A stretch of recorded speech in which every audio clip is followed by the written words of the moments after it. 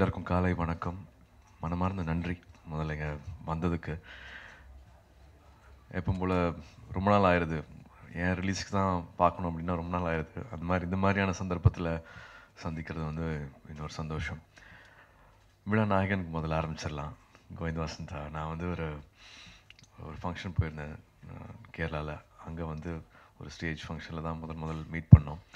அப்போ பேசிக்கிற கூட வந்து நேரம் கிடையாது. அது ஒரு ஃபேன் கிளப்ஸ் எல்லோரும் சேர்ந்து ஆர்கனைஸ் பண்ண ஒரு ஃபங்க்ஷன். அதில் தான் அறிமுகமாச்சு. பட் அவரோட வீடியோஸ் எல்லாமே பார்த்துட்டு இருந்திருக்கோம். ஸோ அந்த ஃபங்க்ஷன் போகிறோங்கிறதும் ஒரு சின்ன ஒரு அட்ராக்ஷன் இருந்தது எனக்கு.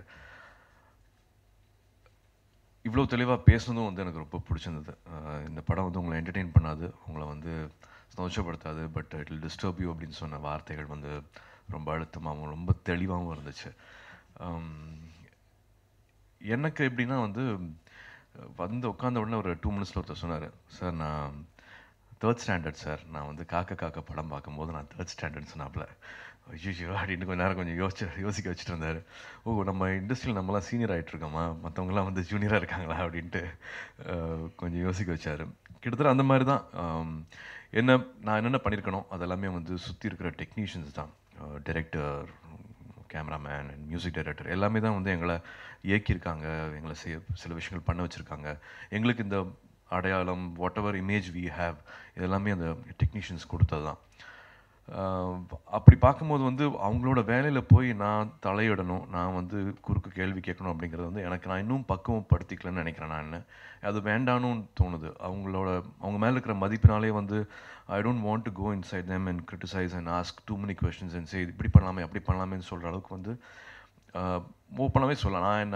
அந்த மாதிரி நான் என்ன வளர்த்திக்கல அப்படின்னு கூட நான் சொல்லலாம். பட்டு எப்பவுமே ரசிக்க பிடிக்கும், நல்ல விஷயங்கள் வந்து கூட நிற்க பிடிக்கும். அவங்களுக்கு வந்து என்னால் முடிஞ்ச என்னோட தகுதியில் நான் இருக்கிற இடத்துல இருந்துட்டு நான் எப்படி அவங்கள வந்து சப்போர்ட் பண்ண முடியுமோ அது சப்போர்ட் பண்ணும் அப்படிங்கிற ஒரு ஆசை தான். அப்படி பார்க்கும்போது கோவிந்த் வசந்தா வந்து முன்னாடியே even before 96 wonderful film, wonderful work, அதுக்கு முன்னாடி அசோசியேட் பண்ணது வந்து எங்களுக்கு வந்து ஒரு பெரிய ஒரு வாய்ப்பாக நாங்கள் பார்த்தோம். அதே to associate with Kovind Vasantha. இது வந்து முதல் அசோசியேஷன் கிடையாது. இதுக்கப்புறமா இன்னும் நிறையா so many things are already rolling. நான் அதை பற்றி இப்போ பேச வேண்டாம்னு பார்க்குறேன். Directly indirectly we are doing lot of work together. 2Dயில் கோவிந்த் வசந்தா முதல் பாடியிருக்காரு, 2 பாட்டு பாடியிருக்காரு அப்படிங்கிறது எங்களுக்கு super thrill. Very proud that he sung. அவரோட வாய்ஸில் பாடின பாடல்கள் இந்த 2D கம்பெனியில் வந்து பதிவாகுது அப்படிங்கிறது வந்து எனக்கு ரொம்ப மனசுக்கு ரொம்ப சந்தோஷத்தை கொடுக்குது. விஜய் பற்றி சொல்லி ஆகணும், ராஜா பற்றியும் சொல்லி ஆகணும்.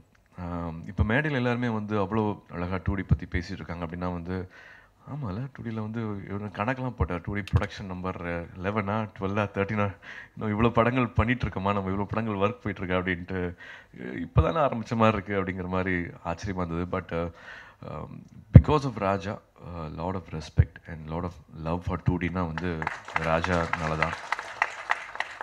ஸோ நான் வந்து I still think I'm an introvert. 2 நாள் முன்னாடி ராஜாவனான பேசிகிட்டு இருக்கும்போது வந்து விஜயும் அப்படி தான்ப்பா, இன்ட்ரோவர்ட்ப்பா, நிறைய வெளிப்படுத்திக்க மாட்டாப்புல, நிறைய வெளியில் சொல்ல மாட்டாப்புல, உள்ள மனசில் என்ன இருக்குது அப்படிங்கிறத வந்து டிஸ்கஸ் பண்ண மாட்டாப்புல. We have to understand, we have to do. அது அப்படி தான் தள்ளி நின்று தான் பண்ணுவாப்புல, பட் உள்ளே எல்லாமே இருக்கும் அப்படின்னு சொல்லிட்டு இருப்பாப்புல. ஒரு அறிமுகம் கிடச்சிது விஜய்கள் கூட வந்து மீட் பண்ணுறதுக்கு. அதுக்கப்புறமா தான் நான் ஆக்சுவலாக உரியடியே பார்த்தேன். அந்த சந்திப்பில் வந்து திடீர்னு நானும் ராஜாவும் எப்படி பழகியிருக்கோம், எப்படி பேசியிருக்கோமோ, என்னென்ன விஷயங்கள்லாம் பேசுவோமோ அந்த விஷயங்கள் எல்லாமே வந்து முதல் சந்திப்புலேயே வந்து எங்களால் பேச முடிஞ்சது, பகிர்ந்துக்க முடிஞ்சது, உணர முடிஞ்சது, கனெக்ட் பண்ணிக்க முடிஞ்சது. அதில் தான் வந்து எனக்கு ரொம்ப இம்ப்ரெஸ் ஆனேன். ஒருத்தர் வந்து இவ்வளோ உண்மையாக இருக்க முடியுமா, சினிமாவுக்கு வந்து இவ்வளோ ட்ரூவாக ஃபேக்காக இல்லாமல் உண்மையாக இருக்க முடியுமா அப்படிங்கிறது வந்து அந்த கான்வர்சேஷனில், அந்த உரையாடலில் தான் பட்டுச்சு. அவரோட சாக்ரிஃபைஸு, விட்டு கொடுக்குற விஷயம், ஒரு விஷயத்த எவ்வளோ உண்மையாக எவ்வளோ உள்ளே போய் பண்ண முடியும், இது என்ன இவ்வளோ தீவிரமாக ஒருத்தர் வந்து பண்ண முடியுமா, ஃபேமிலியை விட்டு இருக்கிறது, குழந்தைய விட்டு இருக்கிறது, காத்துட்ருக்கிறது, ஒரு விஷயத்தை எடுத்துக்கிட்டால் அது எவ்வளோ உண்மையாக இன்னும் உள்ளே போய் பண்ண முடியும் அப்படின்னு சொல்கிற அந்த பேச்சாகட்டும், ஆரம்பித்த இடமாகட்டும். நான் எப்படி பார்த்தாலும் வந்து தெரிஞ்சவங்க இருந்திருக்காங்க.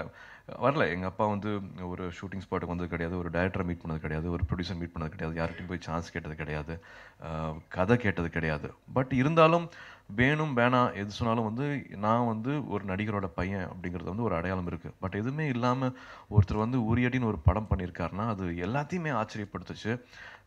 இப்போ அபிஷ் ஒரு வெறும் இன்விடேஷன் தான் கொடுக்க வந்தாப்புல அபிஷேக். பட் உரியடி டூவா நான் வந்து காம்பேர் பண்ணுறேன் அப்படின்ட்டு வாலண்டரியாக வந்தாப்புல. Because of love, because of Uriyadi, because of Vijay. He said நான் பண்ணுறேன், நான் ஸ்டேஜ் நான் கண்ட்ரோல் எடுத்துக்கிறேன்னு சொன்னாப்புல. அப்படி தான் வந்து இப்போ டாக்டர் சொன்னார் இல்லையா, நீங்கள்லாம் இந்த டாக்டர்ஸ் எல்லாமே வந்து அப்படி தான், யார் பின்னாடிலாம் பார்க்காம வந்து என்ன பண்ணியிருக்கிறாரோ. இது சினிமா தான், இது ஸ்க்ரீன் தான். பட் இந்த ஸ்க்ரீன் வழியாக வந்து ஒரு நிஜம் வெளிப்பட்டுச்சு, ஒரு உண்மை வெளிப்பட்டுச்சு. மேக் பிலீஃப் இல்லாமல் வந்து அங்கே ஒரு உண்மையான விஷயம், நிஜமான விஷயம் வந்து நம்ம கண் முன்னாடி நடந்துட்டு இருக்கு. அப்படி தான் அவங்கெல்லாம் பிஹேவ் பண்ணுறாங்க அப்படின்னா வந்து அதோட ஆயுள் வந்து ரொம்ப ரொம்ப ஜாஸ்தி. அப்படி தான் ஒரு படத்தை பண்ணியிருக்காரு. எதுவுமே ஃபேக்காக இல்லாமல் எது பண்ணாலும், எது பேசினாலும், எப்படி நடந்துக்கிட்டாலும், எதை காமிச்சாலும் எல்லாமே உண்மையாக இருந்துச்சு உரியடியில். அந்த ரெஸ்பெக்ட் வந்து automatically it cross in everybody. I still remember behind Woods வந்து ஒரு டைரெக்டாக போஸ்ட் பண்ணியிருந்தாங்க, நாங்கள் வந்து படத்தை ப்ரொமோட் பண்ணுறோம் அப்படின்ட்டு.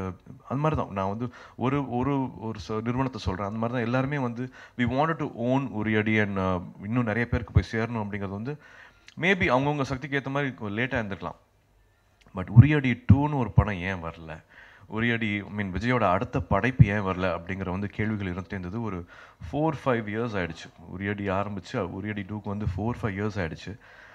உரியடிங்கிற இவ்வளோ பெரிய பேனரில் சின்னதாக 2Dயும் சின்னதாக சூர்யாவும் இருக்கிறது வந்து எனக்கு ரொம்ப சந்தோஷமாக இருக்குது. I am very very happy to be a part of. எங்கள் கூட நிற்கிறதுக்கு எனக்கு ஒரு வாய்ப்பு கிடைச்ச மாதிரி தான் நான் பார்க்குறேன். உங்களோட படைப்புகள் வந்து 2D மூலமாக வர்றது வந்து எங்களுக்கு தான் வந்து ரொம்ப சந்தோஷமாக ஃபீல் பண்ணுறேன். விஜய்னா வந்து விஜயோட என்டையர் டீம், அதில் இருக்கிற அத்தனை பேரோட கிராஃப்ட்டும் வந்து அலாதி மரியாதை இருக்குது, பெரிய மரியாதை இருக்குது. ஸோ இந்த ஃபில்ம் வந்து நிச்சயமாக என்டர்டெயின் பண்ணாது, நிஜமாக டிஸ்டர்ப் பண்ணும், உங்களை யோசிக்க வைக்கும். எப்பவும் போல் நியாயமான தீர்ப்பை கொடுங்க உரியடி 2க்கு. Thank you. Thank you Sony music also for all the love and support. Sakthi, உங்களுக்கெல்லாம் தனியாக தேங்க் பண்ணுவோம் சக்தி.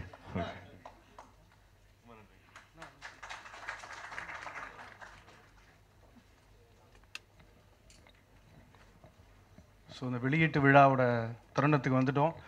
ஸோ இயக்குனர் Vijayakumar sir, Suriya sir, Gnanavel sir, Raja sir, Sakthi sir,